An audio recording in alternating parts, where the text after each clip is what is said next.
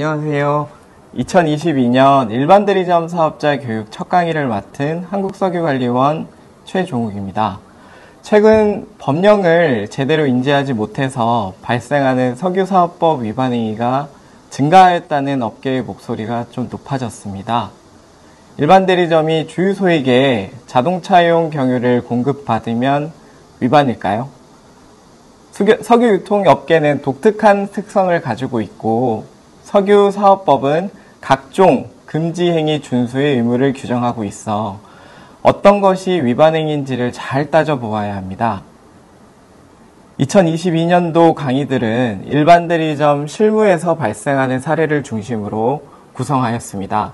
사업 운영에 도움이 되시기 바라며 질문사항 등은 언제든지 교육 사이트 또는 유선 전화를 통해 질의 주시면 도움드리도록 하겠습니다. 그럼 강의 시작하겠습니다. 먼저 일반 대리점 개론입니다. 석유사업법 10조 1항은 석유 판매업을 하려는 자는 시도지사 등에게 등록하여야 한다고 규정하고 있습니다.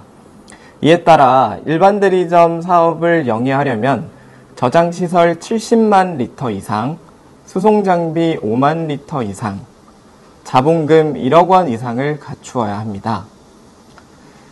석유사업법은 선박연료 공급업을 하는 일반 대리점이라는 독특한 석유 판매업을 하나 더 인정하고 있습니다. 왼쪽과 같은 등록 요건을 다 갖추는 것이 아니라 급지에 따른 자본금 기준을 충족하고 수송장비와 연료 공급선 둘 중 하나를 갖추도록 정하고 있습니다.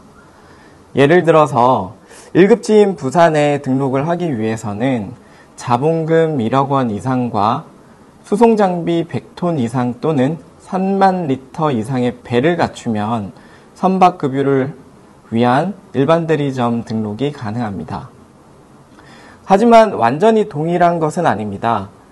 선박연료 공급업을 하는 일반 대리점은 영업 방법 및 범위가 선박급유에 한정됩니다. 이 점이 가장 큰 차이라고 볼 수 있습니다. 선박연료 공급업을 하는 일반 대리점을 등록한 A 일반 대리점이 아파트 건설공사 현장에 자동차용 경유를 공급하였을 때 A의 행위는 석유사업법 위반일까요? 선박연료 공급업을 하는 일반 대리점은 일반적인 일반 대리점 지위를 가지지만 그 영업 방법 및 범위는 선박급유에 한정됩니다. 따라서 선박연료 공급업을 하는 일반 대리점이 선박급유가 아닌 목적으로 육상에서 석유 제품을 공급할 경우에는 일반적인 일반 대리점의 요건을 다시 갖추어야 합니다. 정답은 영업방법을 위반한 행위이며 석유사업법 위반에 해당한다고 판단됩니다. 일반 대리점의 영업방법과 영업 범위에 대해서 알아보겠습니다. 통상적으로 영업 방법이란 어떤 방법으로 사업을 하는지의 문제이고 영업 범위란 누구와 거래하는지의 문제라고 이해하시면 됩니다.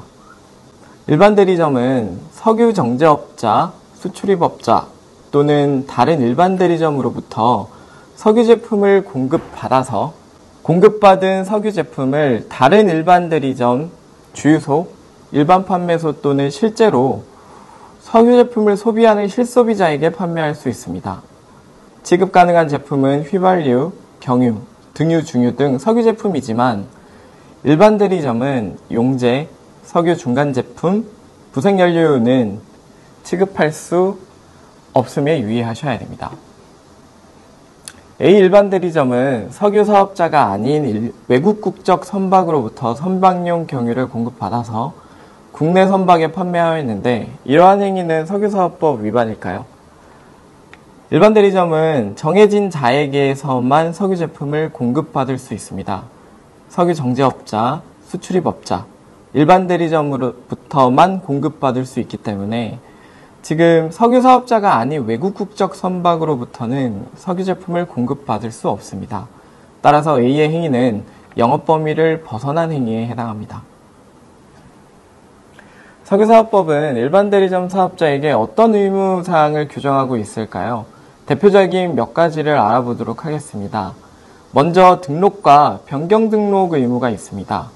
성명, 상호, 대표자, 주된 영업소 소재지, 등록한 시설의 소재지나 규모 등은 변경 등록의 대상입니다. 또한 사업 개시, 휴업, 폐업을 하는 경우에는 반드시 등록행정청으로 신고하셔야 됩니다. 이러한 의무를 다하지 않았을 때에는 과태료 부과 대상이 됩니다. 한편 석유사업법 제25조 제2항에 따라서 일반 대리점 사업자는 품질검사를 받아야 하고 제38조에 따라서 수급 상황을 정기적으로 보고하여야 할 의무를 부담합니다. 여기서 한국석유관리원이 실시하는 품질검사와 유통검사의 근거에 대해서 보다 자세히 알아보도록 하겠습니다. 품질검사는 크게 의무검사와 수시검사로 구분이 되고, 의무검사는 석유 제품을 유통 단계로 판매 또는 인도하기 전에 하는 품질 검사를 의미합니다. 공장 단계의 검사라고 생각을 하시면 됩니다. 수시 검사는 석유 제품 품질을 위해서 필요한 경우에 수시로 실시하는 검사를 의미하는데, 주유소, 일반 대리점 등의 소매업이나 도매업에서 실시하는 흔히 말하는 품질 검사가 바로 수시 검사라고 보시면 됩니다. 일주일 전에 품질 검사를 받았는데 오늘 또 품질 검사를 받았다면서 품질 검사의 주기가 무엇인지에 대한 질문을 많이 하시기도 합니다. 하지만 이제 품질 유지를 위해서 필요한 경우 품질 검사를 할 수 있다라고 석유사업법 25조 2항에 규정을 하고 있기 때문에 품질 검사의 주기는 수시가 되겠습니다. 따라서 일주일 전에 품질 검사를 받았다 하더라도 그 품질 검사의 필요성에 따라서 진행을 하는 것이기 때문에 품질 검사를 받으셔야 된다라고 말씀을 드려야 될 것 같습니다. 유통검사는 시료 채취를 하는 품질 검사와는 달리 석유 제품의 생산, 공급, 운송, 저장, 소비 전 단계에 걸쳐서 의무 이행 또는 금지 위반 여부를 확인하는 검사를 의미합니다. 정량 미달 판매, 영업 방법 및 범위 위반, 수급 거래 보고, 등록 요건 충족 확인 등이 대표적인 유통 검사에 해당된다고 보시면 됩니다. 품질 검사라고 하면 그 시료를 채취하는 것부터 시작이 될 수는 있는데, 유통 검사 같은 경우에는 반드시 품질 검사를 수반하지는 않습니다. 따라서 장부나 그 사무실 검사 이렇게 해도 진행이 가능하다는 점을 알려드립니다. 다음은 사례 검토입니다. A 일반 대리점이 등록한 저장 시설에 용제 1호를 보관하였습니다. 이 경우에 A는 석유사업법 위반에 해당할까요? 석유 판매업별 취급 제품이 아닌 제품을 보관하거나 공급하는 행위는 석유 유통 질서를 해치는 행위 중에 하나이고, 일반 대리점은 용제, 석유 중간 제품, 부색연료유의 취급이 불가합니다. 따라서 용제를 취급하는 행위는 석유사업법 위반에 해당할 것입니다. 이번에는 석유사업법상 일반 대리점에게 금지된 행위가 어떤 것이 있는지 알아보겠습니다. 가짜 석유 제품을 판매하면 안 된다는 것은 누구나 다 아는 사실이죠. 한 가지 특이한 것은 석유사업법은 누구든지 가짜 석유 제품을 제조, 수입, 저장, 운송, 보관, 판매를 하는 것을 금지하고 있습니다. 이것은 석유사업법상 석유 판매업자에 국한된 내용은 아닙니다. 누구든지라고 규정을 하고 있기 때문에 피규제자는 석유 판매업자가 아닌 누구든지로 해석을 하는 게 바람직합니다. 또한 알면서 사용하는 행위, 가짜 석유 제품으로 제조 사용하게 할 목적으로 원료 물질을 공급하는 행위까지 금지하고 있습니다. 이것은 가짜 석유 제품 자체를 넓은 범위로 규제를 하고 있는 것인데, 이제 원칙적으로 어떤 경우라 하더라도 가짜 석유 제품을 허용하지 않겠다는 석유사업법의 의도를 확인할 수 있는 부분이기도 합니다. 석유사업법 39조는 정량 미달 판매, 유통질서를 해치는 행위 등 이러한 부분들을 금지하고 있습니다. 특히 최근에는 덤프트럭 등의 등유를 사용하는 행위가 증가하고 있는데, 등유뿐만 아니라 해상에서 올라오는 선박용 경유 등을 자동차 연료로 사용하는 경우도 있습니다. 이러한 경우에도 석유사업법 위반에 해당합니다. 다음은 27조 관련입니다. 품질에 적합한 제품, 가짜 석유 제품과 비교해서 알아둬야 할 것이 바로 품질에 적합하지 않은 제품인데요. 가짜 석유 제품은 자동차 등의 연료에 사용할 목적으로 서로 다른 석유 제품을 혼합하는 것을 의미하는데, 품질에 적합하지 않은 제품은 예를 들어서 물 등이 기준치를 초과해서 석유 제품에 유입되거나 휘발유 증기압 또는 자동차 경유 유동점 등의 항목이 품질 기준을 벗어나는 것을 의미합니다. 따라서 석유 판매업자는 지하 저장 시설, 배관 등 시설에 대한 관리, 계절별 기준 변경 등을 고려한 재고 관리 등을 통해서 품질을 확보하고 유지해서 소비자에게 품질에 적합한 석유 제품을 판매하여야 하겠습니다. 계절별 품질 기준도 눈여겨보아야 할 석유사업법 주제 중에 하나에 해당합니다. 우리나라는 석유 제품의 품질 기준을 석유 제품의 품질 기준과 검사 방법 및 검사 수수료에 관한 고시에서 정하고 있습니다. 품질 기준이 어디에 있는지 정도는 확실하게 기억해 두시는 것이 좋겠습니다. 주의 깊게 파악해 두셔야 할 것이 바로 자동차용 휘발유의 증기압이라는 항목과 자동차용 경유의 유동점이라는 항목입니다. 두 가지 모두 계절에 따라 품질 기준이 바뀌는 것이 특징입니다. 계절 변동에 따른 차량 성능과 대기 환경에 영향을 미치므로 계절에 따라 기준을 다르게 정하고 있는 것인데요. 이들 기준은 먼저 생산 수입 단계와 유통 단계로 구분됩니다. 생산 수입 단계란 석유 정제업자, 즉 정유사, 수출입업자를 의미하고, 유통 단계란 석유 판매 단계를 말합니다. 판매 단계라고 하면 주유소, 일반 대리점, 일반 판매소 단계를 의미합니다. 휘발유 증기압의 유통 단계 7월, 8월 기준을 보면 44에서 60입니다. 3월에서 4월까지의 기준은 44에서 96, 5월에서 6월까지의 기준은 44에서 82인 것에 비하면 기준이 강화되는 것입니다. 그러니까 갑작스럽게 기준을 적용하면 석유 판매업자가 준비할 수 있는 시간이 부족하겠죠. 그래서 동일한 기준을 생산 수입 단계는 한 달이 앞선 6월부터 적용합니다. 동일 기준이라 하더라도 석유 제품을 생산하거나 수입하는 자가 미리 품질 기준에 맞는 석유 제품을 유통하게 하려는 의도이고, 한 달간의 유예 기간을 통해서 석유 판매업자에게 준비 기간을 주는 것입니다. 자동차용 경유의 유동점 항목도 동일한 원리입니다. 유통 단계 11월 기준은 마이너스 18도인데 생산 단계는 이보다 한 달이 앞선 10월 달부터 마이너스 18도를 적용하고 있습니다. 석유 판매업자 여러분들은 이러한 유예기간을 잘 활용하시어 계절 기준이 반영되도록 석유 제품의 입출고 관리를 잘 하셔야 하겠습니다. 증기압 유동점 항목이 품질 기준을 벗어나거나 또는 물과 침전물이 혼합된 석유 제품을 판매한 경우에는 품질 기준에 맞지 않는 석유 제품을 판매했을 때의 행정처분 기준입니다.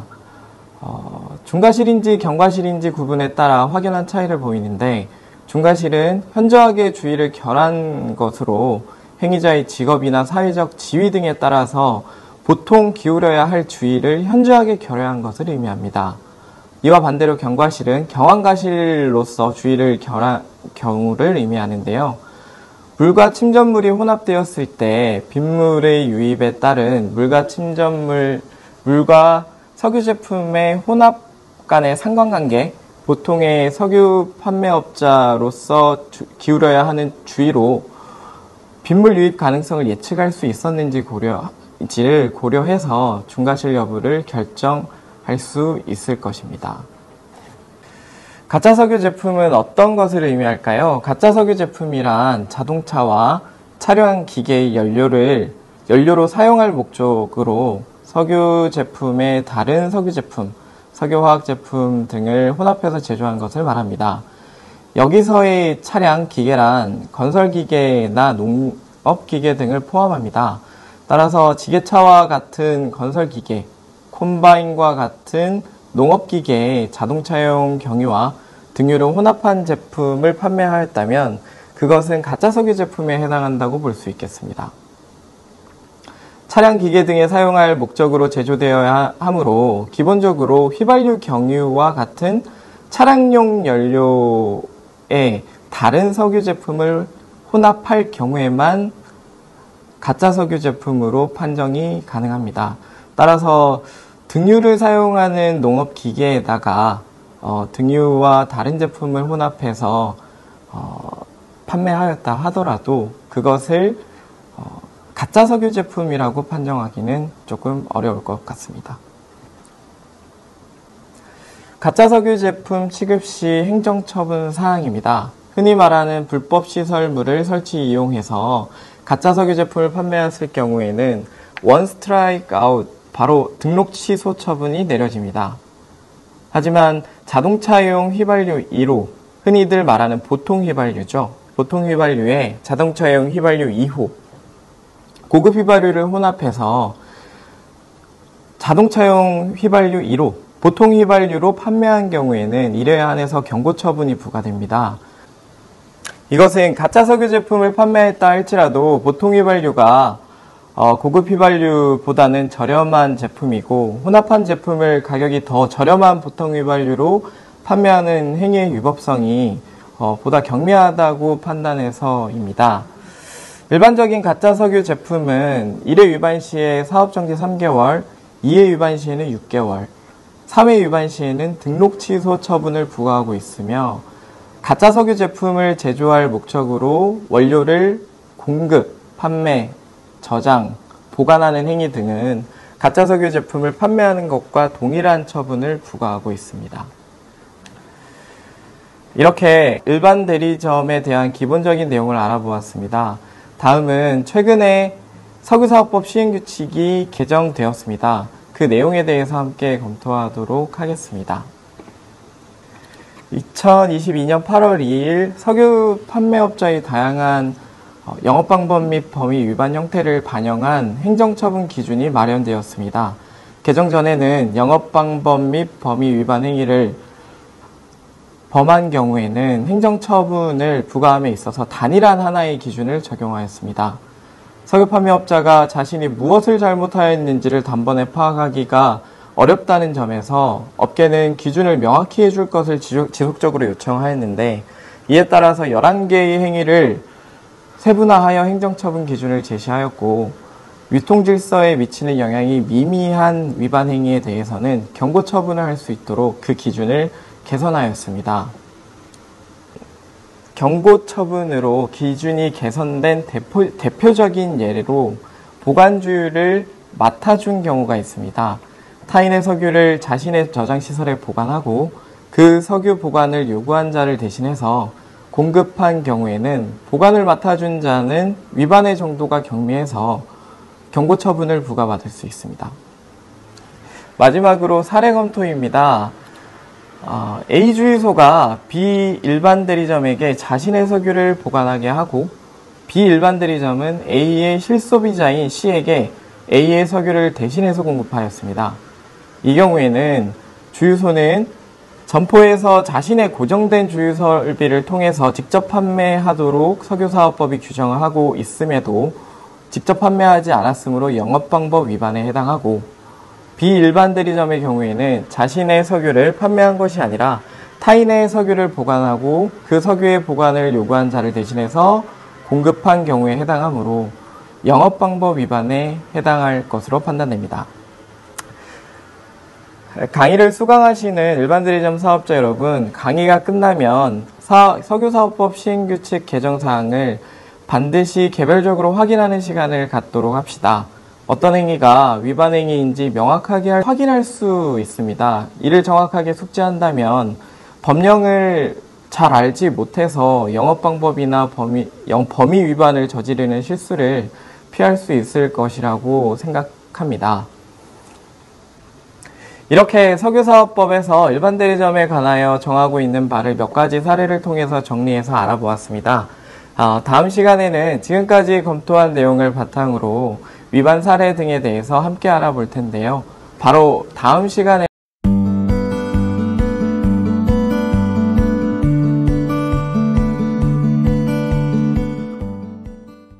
보았다면 이번 시간에서는 실제 발생한 위반 사례 등을 통해서 심화학습을 진행해 보도록 하겠습니다.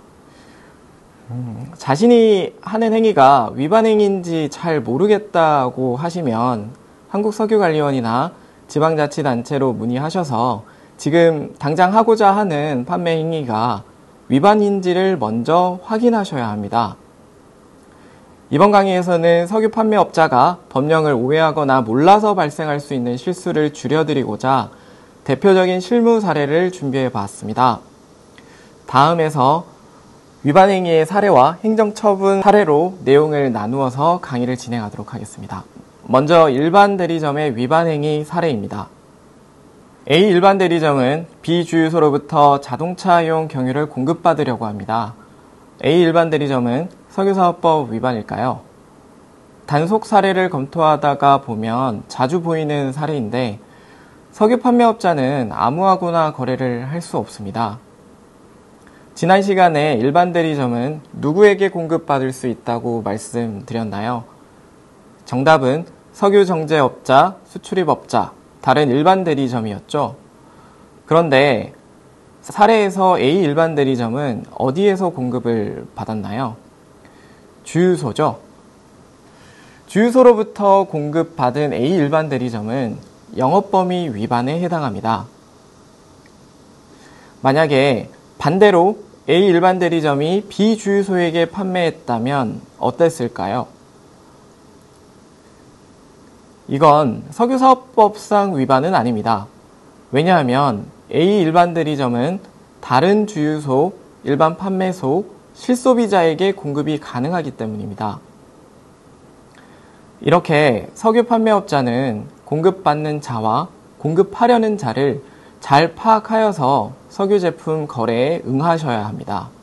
실수를 하게 되면 영업범위 위반에 해당할 수 있습니다. 사례에 대한 근거 법령 확인하고 넘어가겠습니다. 생각보다 석유 판매업자 중 많은 분들이 금지 행위를 법령이 어떻게 규정하고 있는지를 모르시는 분들이 상당수 많았습니다. 그래서 이번 강의에서는 사례에 대한 답변을 드리고 필요한 경우에는 이렇게 법령을 확인시켜 드려 볼까 합니다. 일반 대리점은 석유 정제업자, 석유 수출입업자 또는 일반 대리점으로부터 석유 제품을 공급받을 수 있습니다. 따라서 주유소, 일반 판매소로부터 일반 대리점이 석유 제품을 공급받았다면 영업 범위를 벗어난 행위에 해당하게 되는 것입니다. 석유 판매업의 업태가 다양한데 각 석유 판매업자에 따라 영업 범위는 어떻게 허용되고 있는지 알아보겠습니다. 지난 시간에서 영업 범위란 누구와 석유 제품을 거래하는지의 문제라고 말씀드렸었죠. 빨간색 표시를 한 부분이 바로 석유 유통 구조상 일반 대리점 사업자의 사업 영역입니다. 석유 정제업자, 수출입업자가 최상위 업태로 보시면 되는 것이고요.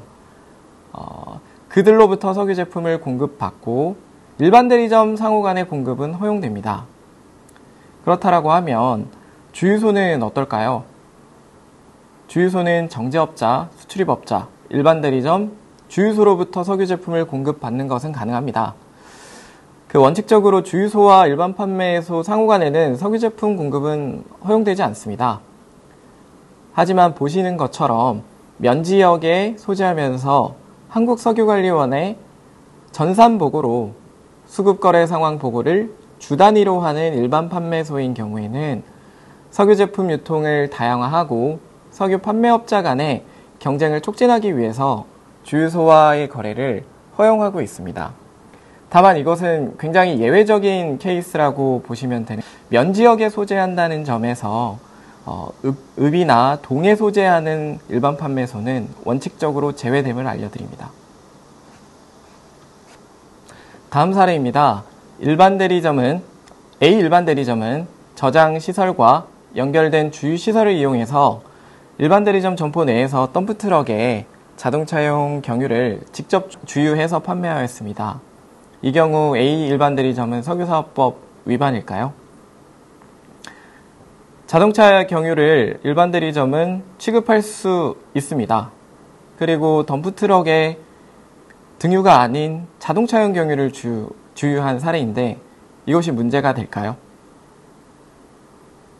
통상적으로 점포 내에서 자동차 등의 석유 제품을 판매할 수 있는 업체는 주유소입니다. 이것은 석유사업법 시행령에서 실소비자, 즉 석유 제품을 직접 소비하는 자를 업체마다 다르게 규정하고 있기 때문입니다.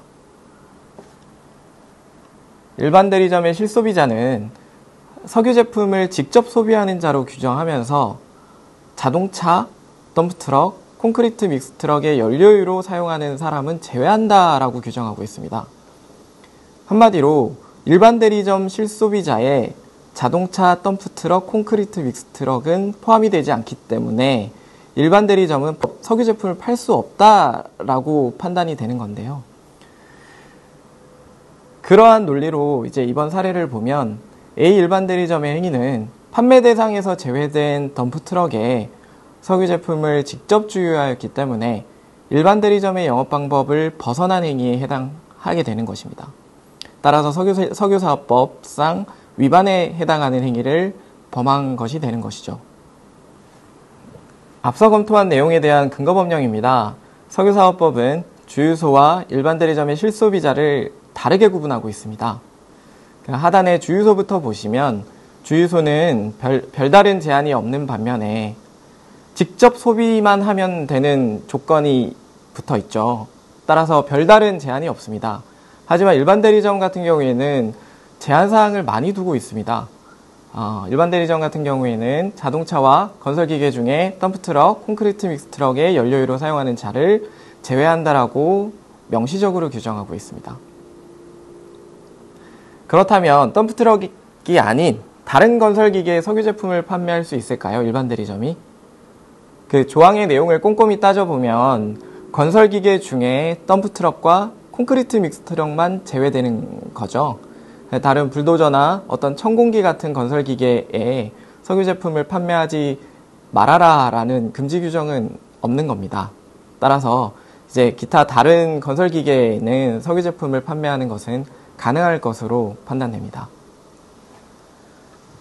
자, 제가 그 석유 판매업자분들로부터 가장 많이 질문을 받는 것 중에 하나입니다. 이 펌프카라는 존재에 대해서 다들 아시죠? 그리고 여기에 대해서 직접 주유를 해도 되는지 안 되는지에 대해서 굉장히 의문을 많이 제기를 하시는데요. 정해드리겠습니다. 주유해도 될까요? 정답은 건설기계인지 자동차인지 확인해 보아야 한다는 것입니다. 그 펌프카충의 일부는 처음부터 건설기계로 등록되어 있는 반면에 일부는 자동차를 좀 개조해서 펌프카로 활용하고 있기 때문에 엄밀히 말하자면 자동차로 등록되어 있는 경우가 있습니다. 보시는 것처럼 모양을 보면 누가 보더라도 자동차의 모습과 유사하기는 하잖아요. 근데 이제 이 부분에 대해서는 엄밀히 건설기계와 자동차 이 두 가지 중에 어떤 것에 해당하는지를 확인을 하셔야 됩니다. 궤도식인지 바퀴식인지에 따라서 건설기계인지가 달라지지는 않습니다. 바퀴 유무와는 상관없이 건설기계에 해당한다라고 하면 석유 판매업자들은 석유 제품을 판매할 수 있습니다. 그 대표적인 예가 굴삭기입니다. 굴삭기를 보면 궤도식인 경우가 있고 바퀴식인 경우가 있습니다. 이제 업계에서는 궤도식이라고 하면 절대 주유해서는 안 된다는 이야기가 돌고 있기는 하더라고요. 하지만 이건 잘못된 지식입니다. 굴삭기가 건설기계에 해당하기만 한다라고 하면 궤도식인지 바퀴식인지와는 상관없이 석유 제품 판매가 가능할 것으로 판단됩니다. 조금 더 깊숙하게 좀 설명을 좀 드린다라고 하면 건설기계의 범위를 정하고 있는 건설기계관리법 시행령 별표 1입니다. 좀 너무 복잡한데 그냥 건설기계는 이러한 범위의 것들이 건설기계다라고 정해놓은 법이라고 보시면 되세요. 이렇게 석유 제품을 판매하려는 대상이 여기에 해당하는 건설기계에 해당이 된다라고 하면 일반 대리점 사업자는 석유 제품 판매가 가능합니다. 하단에 보시면은 펌프카도 보이시죠? 네. 그렇다면 추가적으로 질문을 좀 드리겠습니다. 일반 대리점이 지게차의 주유는 가능할까요? 사실 지게차는 현장에서 보면은 너무나도 자주 보이기는 하잖아요. 근데 이게 자동차에 포함되는지 기계에 포함되는지 뭐 때로는 농업기계에 포함된다라고 질문을 하시는 분들도 계셔서 이 부분도 알려드리겠습니다. 지게차도 건설기계의 범위에 해당합니다. 따라서 일반 대리점이 석유 제품을 판매할 수 있는 대상이라고 보시면 되십니다.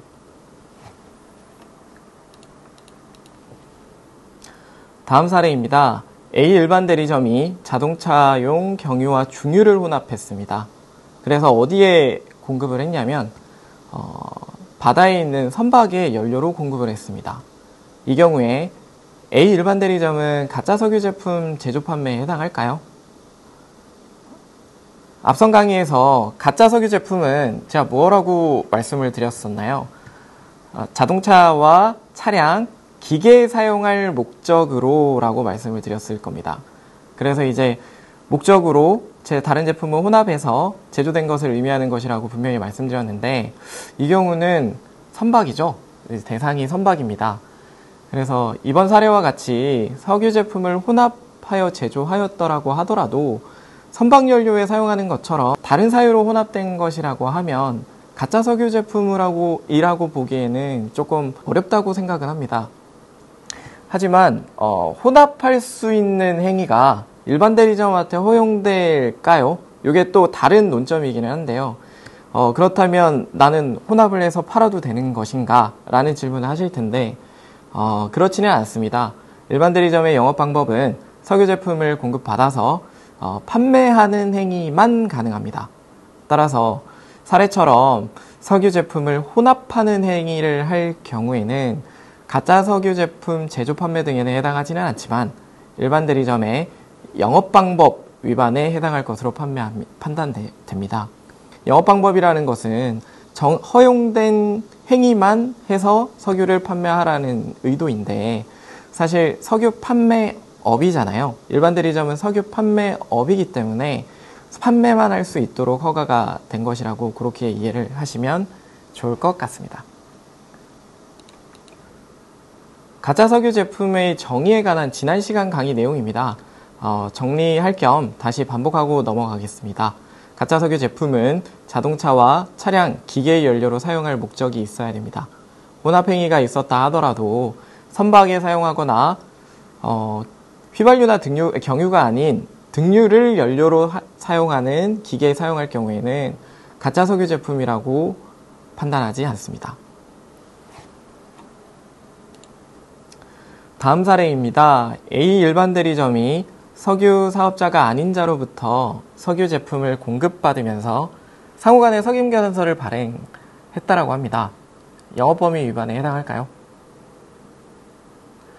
일반 대리점은 석유 사업자가 아닌 자로부터 석유 제품을 받을 수 있다고 제가 말씀을 드렸을까요?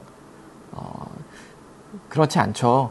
그러니까 석유 사업자가 아닌 자로부터 석유 제품을 공급받은 행위 자체가 석유사업법상 위반에 해당합니다.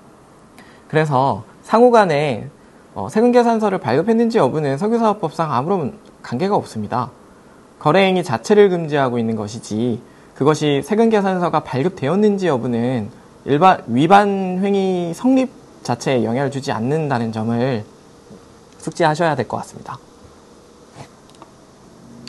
영업범위 및 영업방법 위반을 왜 규제하는지에 대한 질의를 하시는 분들도 꽤 많으십니다. 영업범위 및 방법 위반에 대한 대법원 판례를 소개해 드리도록 하겠습니다.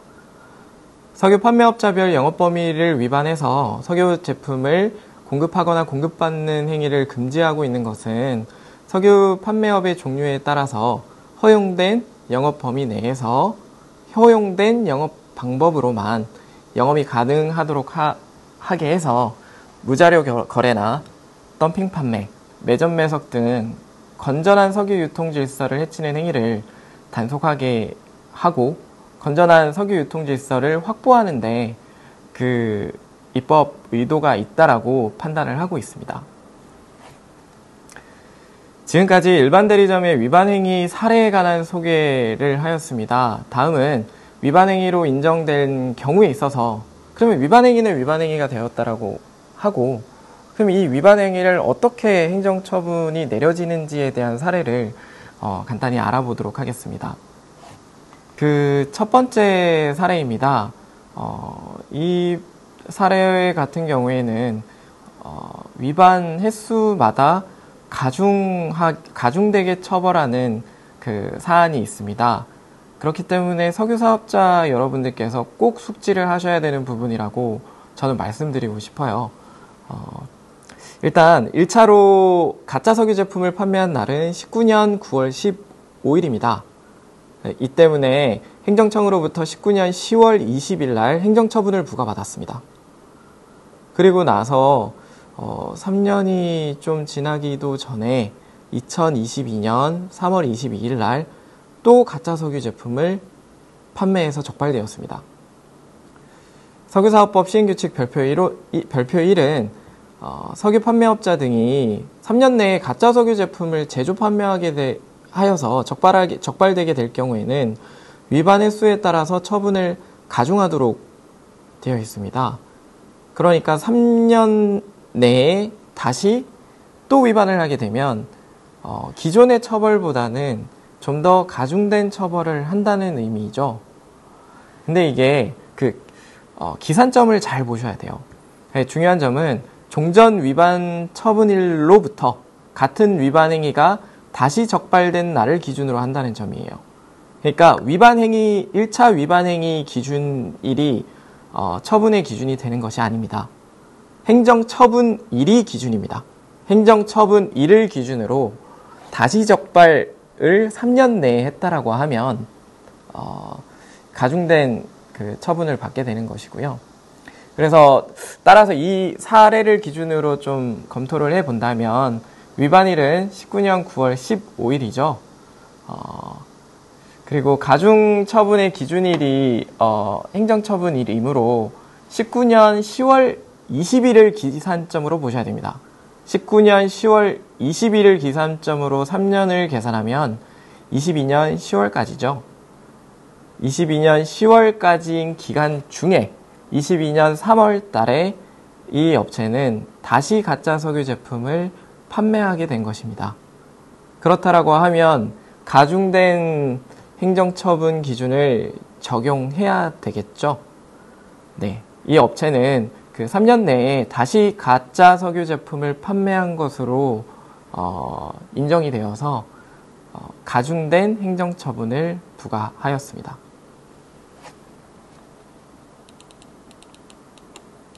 그 가중된 처벌 사례에 대한 근거 법령입니다.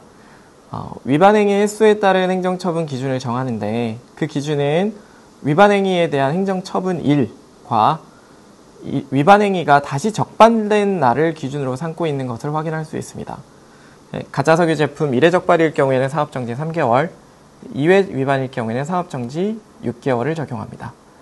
동일하게 1회 위반 시를 기준으로 이제 3년 내에 또 위반을 했다라고 하면 그것은 3회 위반이 돼서 등록 취소를 적용할 수 있을 것으로 판단됩니다. 새로운 석유 판매업자가 종전 석유 판매업을 승계할 경우 종전 사업자의 위반 행위를 알지 못한 경우에도 행정처분의 대상이 될까요? 굉장히 말은 어렵게 써놨는데 내가 들어오기 전에 어떤 사업자가 위반 행위를 한 겁니다. 했는데 그 위반 행위를 했는데 저한테 처분이 오는 거죠. 상당히 불합리하다라고 생각하실 수도 있습니다. 그러니까 여기에 대해서 설명을 좀 드리도록 하겠습니다. 그러니까 명문의 규정이 있는 것이고요. 그러니까 석유사업법 제8조는 종전 석유사업자에 대한 사업정지 처분의 효과를 새로운 석유 사업자에게 승계하는 것을 원칙으로 하고 있습니다. 그러니까 이것은 이렇게 그 원칙으로 삼고 있는 이유는 석유 판매업의 등록을 개인이 아닌 시설물에 대해서 등록을 내어준 것이라고 대법원이 판시를 하고 있습니다.